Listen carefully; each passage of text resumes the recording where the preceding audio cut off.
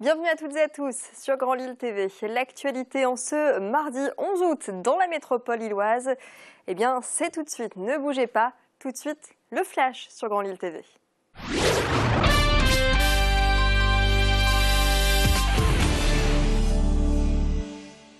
La déception. Au LMR, le club de rugby de Lille se voit de nouveau refuser l'accès à la Pro D2.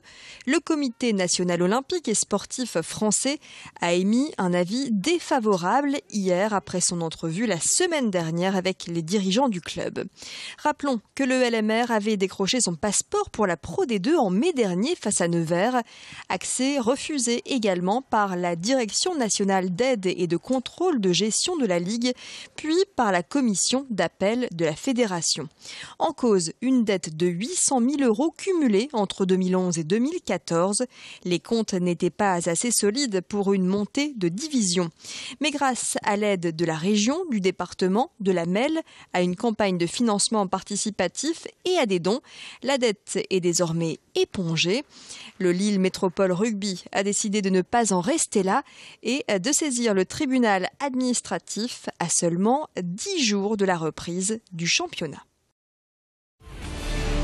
15 mois de travaux ont été nécessaires pour donner une nouvelle jeunesse au stade Bollaert de Lellis.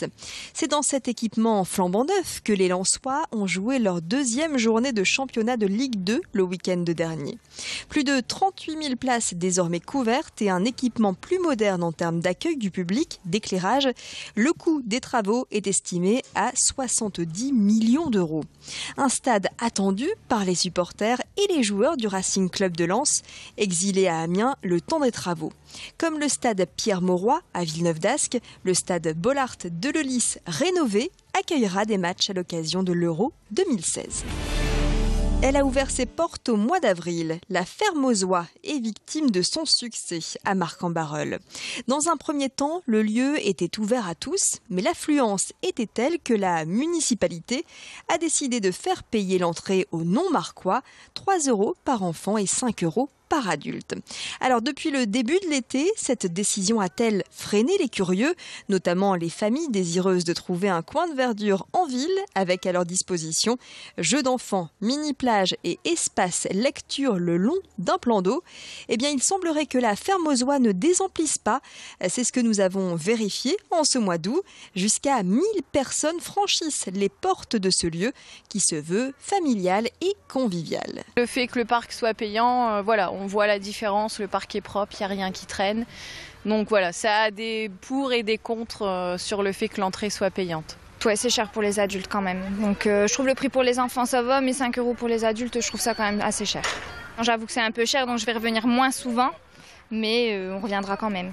Je comprends effectivement pour la sécurité qu'il faut limiter. Maintenant, il y a peut-être d'autres solutions. Après, il y a d'autres villes, il y a d'autres jeux et pourtant, c'est pas forcément payant. Donc non, je ne comprends pas tout à fait. Les Marquois, leurs impôts ont payé le parc et donc il était normal qu'ils y aient accès gratuitement. Et ce faisant, on a régulé fortement l'affluence, puisqu'aujourd'hui, ça devient un parc fréquenté tout à fait normalement.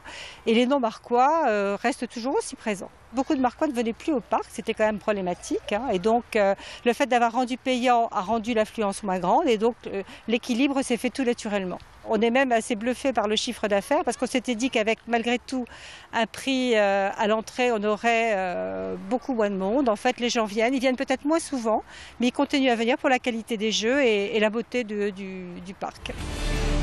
Une envie de tirer ou de pointer dans la métropole lilloise?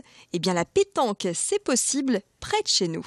Loin d'être un sport réservé aux sudistes, la pétanque se pratique dans ce bar de la rue Gambetta à Oisem.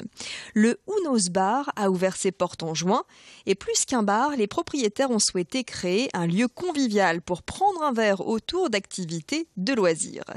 Jeux de cartes, pétanque, jeux sur ordinateur, le but est de rassembler différents profils, différentes catégories sociales dans un même lieu. Ce que j'ai bien aimé à un moment, j'avais l'image de...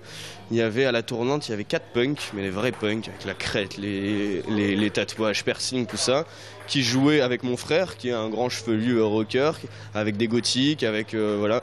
Et moi, c'était vraiment ça le but du lieu, et je suis content de l'avoir déjà vu au bout d'un mois, quoi, de plein de gens différents qui se retrouvent autour d'une table de ping-pong et qui jouent ensemble et qui s'amusent, et on oublie tout le reste, et le look, et voilà, et ça se passe bien. Des propriétaires de bars ravis qui envisagent à plus long terme de développer des événements culturels comme des expos. Explication. Pour l'instant, on va dire, laissé juste le concept en tant que tel faire vivre le bar, mais on va essayer de le faire vivre un peu différemment par la suite, surtout à la rentrée. On s'est laissé l'été pour se mettre en place, pour connaître notre lieu, notre clientèle, et puis dans l'idée de faire des petites expositions, des compétitions de ping-pong, de pétanque, même de jeux de société, même pourquoi pas avec d'autres bars. On en a déjà discuté un petit peu avec d'autres patrons de bars. Ils seraient chauds pour par exemple faire des tournois de belote ou ce genre de choses, voir après ce qui est possible. Mais ouais, bien sûr, essayer de le faire vivre, ouais, différemment. Et c'est la fin de ce flash. À suivre les prévisions météo de ce mardi 11 août, sans oublier bien sûr la météo des plages. Restez avec nous, l'actualité continue sur Grand Lille TV. Très très belle journée à vous tous.